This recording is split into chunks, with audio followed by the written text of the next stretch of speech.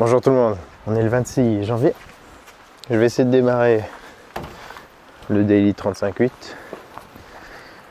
Il ne va probablement pas démarrer sans décapeur thermique. Il n'y a pas tourné depuis un certain temps.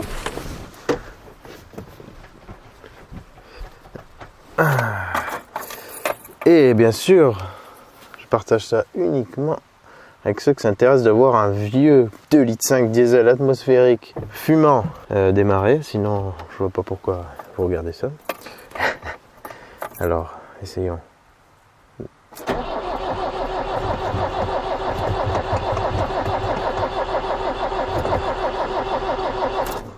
Oui, voilà, c'est ce qui était prévu. Alors, je vais lui brancher un coup de décapeur parce qu'il en a sans aucun doute besoin. Je commence à le connaître un peu.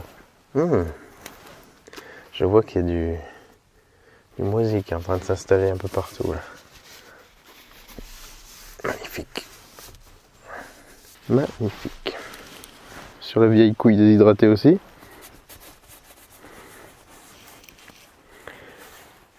Faut dire qu'il est garé dans un endroit humide qui ne voit pas le soleil pendant au moins 2 mois. Et bon, vous entendez que je suis enrhumé, hein, donc je suis un peu comme lui là, j'ai un peu du mal à tourner. Mais j'en profite dans cette petite vidéo pour vous annoncer que je vais faire un test d'un produit miracle. Ouais, appelons-le comme ça, hein, parce que là, quand je lis la fiche du produit, franchement, ça a l'air génial. Ça a l'air de correspondre exactement au problème que je pense avoir avec ce véhicule. À savoir, il a une compression, mais pourrie, de chez pourri, à froid. Une fois qu'il a démarré dans la journée, il tourne bien. Il redémarre direct et il tourne bien. Il fume pas trop une fois qu'il est chaud. À froid, il fume beaucoup. Maintenant, il fume moins qu'avant. Je lui ai fait, pour ceux qui n'ont pas suivi, je lui ai fait tout un traitement Mecarun. Donc Eco 10 000, C99 à chaque plein. Après, je roule vraiment pas beaucoup. P18 dans l'huile, engine flush juste avant. Et j'ai l'impression que l'engine flush avait bien fait son travail, mais que c'était pas forcément la bonne chose à faire sur ce véhicule. Je vous explique pourquoi. C'est parce que c'est un nettoyant moteur qu'on met dans l'huile avant la vidange. Et si un véhicule a les compressions qui tiennent un peu par la crasse et tous les dépôts qui se sont mis entre le cylindre et le piston, voire sur les segments racleurs et tout, il se peut que justement l'étanchéité du moteur, du cylindre, tenait grâce à ça. Et si on utilise un produit nettoyant, que ce soit l'engine flush ou n'importe quel autre, ça peut être nuisible dans le sens où on enlève cette fausse étanchéité. Et j'ai l'impression que c'est un peu ça qui s'est passé. Mais en même temps, il fume beaucoup moins... il fume à froid, bien sûr, mais après, il arrive... vu que j'ai aussi remplacé le thermostat qu'il n'avait pas, il monte vite en température et après, il fume plus. Enfin, il fume normalement pour un véhicule des années 90, un diesel atmosphérique, injection directe. Donc pour moi, il n'est pas rincé, mais il a un problème de compression à froid. Et surtout aussi, j'ai remarqué une grosse surpression par le reniflard. Devant, en fait, j'ai un tuyau qui sort, qui descend, et il va devant. Ouais, il est orienté face à l'avant du véhicule. Et on a l'impression qu'il y a un deuxième pot d'échappement. Franchement, ça souffle, mais une quantité de vapeur d'huile de dingue.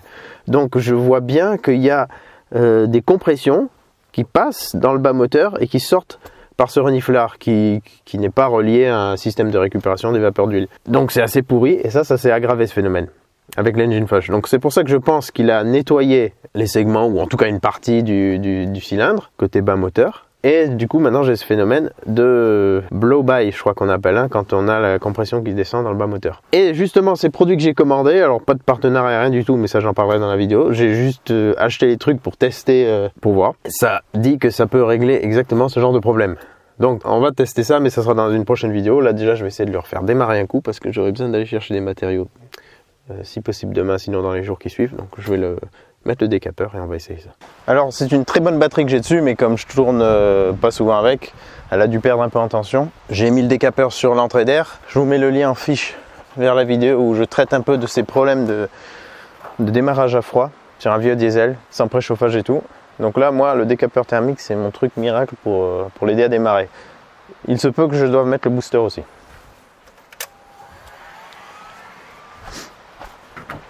On va déjà voir comme ça.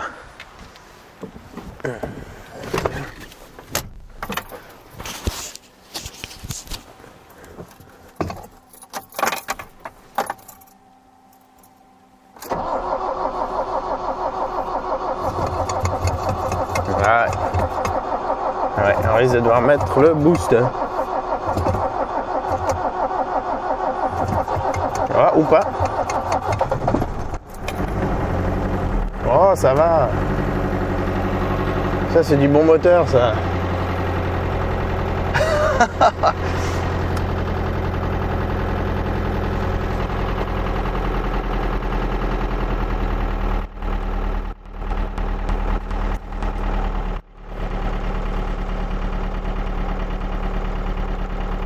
Et là, il fume pas trop parce qu'il y a le décapeur, il y a de l'air chaud.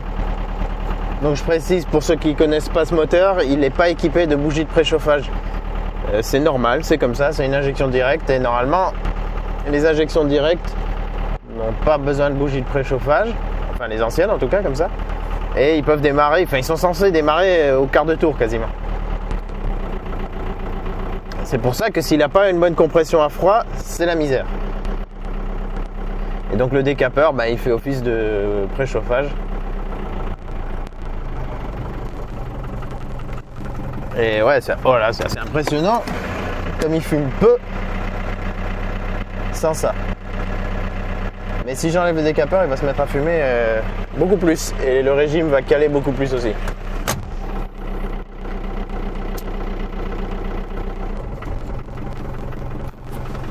Donc, je vais d'ailleurs vous en faire une démo de suite. Je baisse un peu pour que vous voyez mieux l'échappement.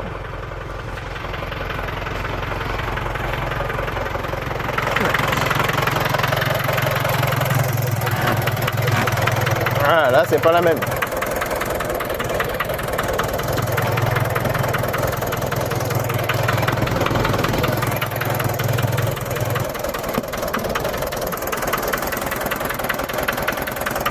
Ah, il galère.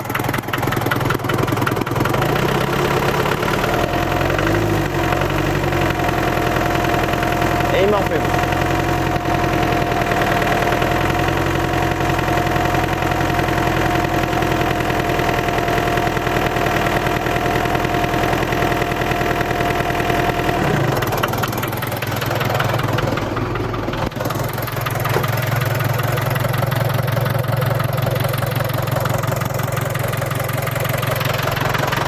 Et puis si je remets du chaud, ça va mieux. Là, j'ai même pas mis au max.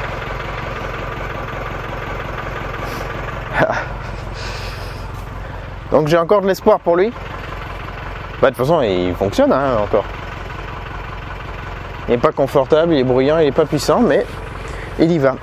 Ah, si ça peut vous aider, le dernier trajet que j'ai fait, je me suis dit, putain, quand même, c'est fou, il tourne bien, mais j'ai l'impression qu'il a moins de puissance. Déjà qu'il n'en a pas beaucoup. J'ai trouvé pourquoi il avait moins de puissance. C'était tout con.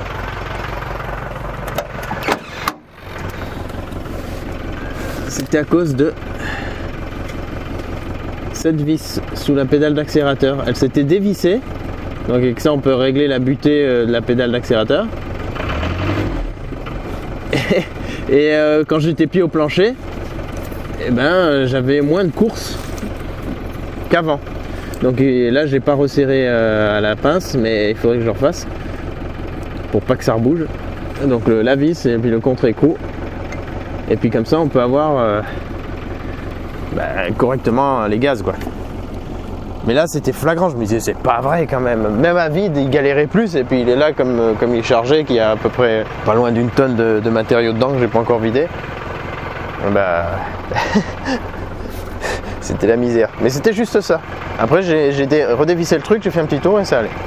Donc si ça peut vous aider, c'est tout con mais c'est à vérifier.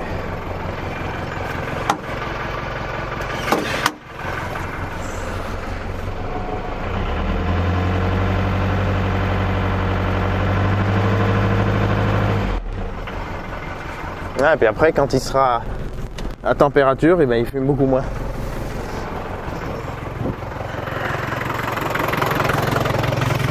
Là il a quand même ce tube qui crache à fond.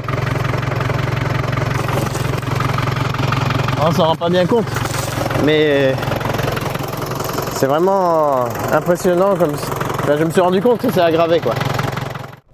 Voilà, ça fait pas longtemps que je fais mon test, il est même pas monté à 50 la température. Normalement, je veux pas trop m'avancer, il fait quand même froid. Si je coupe, il va redémarrer. Et j'ai enlevé le décapeur. Ah oui, non, c'est vrai qu'il peut pas s'éteindre. Il faut que je le fasse caler. Puisqu'il n'y a plus l'électrovanne d'arrêt du moteur. Voilà. Ça, c'est une autre histoire.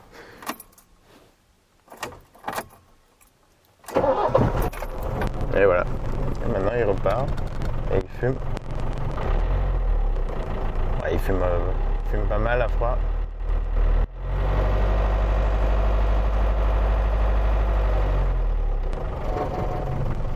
Mais bon, il n'est pas encore condamné. Donc dès que possible, je vais... là, le produit il est en cours de livraison. Je vais le recevoir.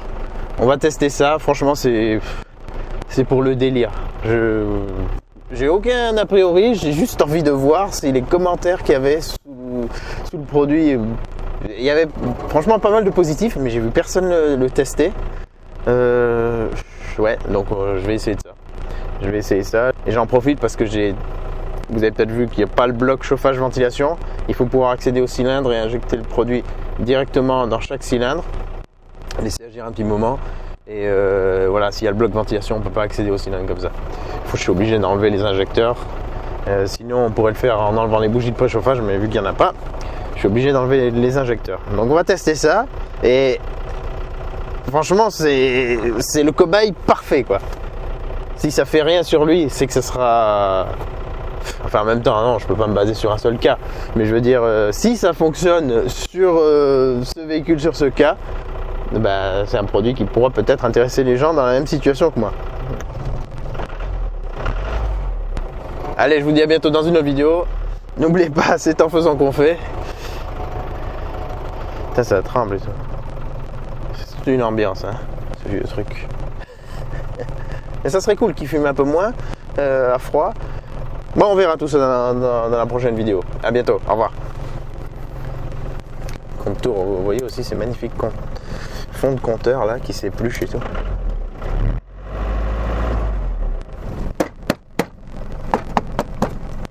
Il change de forme fréquemment. Souvent là, maintenant ça s'est tout aplati, mais avant il y avait du relief. Quand j'accélérais, ben genre ça bloquait genre à 40, il fallait que je tape dessus pour que ça passe la chips de compteur et que je pouvais voir à quelle vitesse je vais. Sachant que à partir de là, tout ça sert à rien. Ils auraient pu enlever tout ça. Moi j'ai eu 110 grand max en descente à fond, de chez fond, vent de dos et tout. Sinon, sinon je suis plutôt voilà. Là je suis déjà content quand j'atteins ça, mais c'est rare.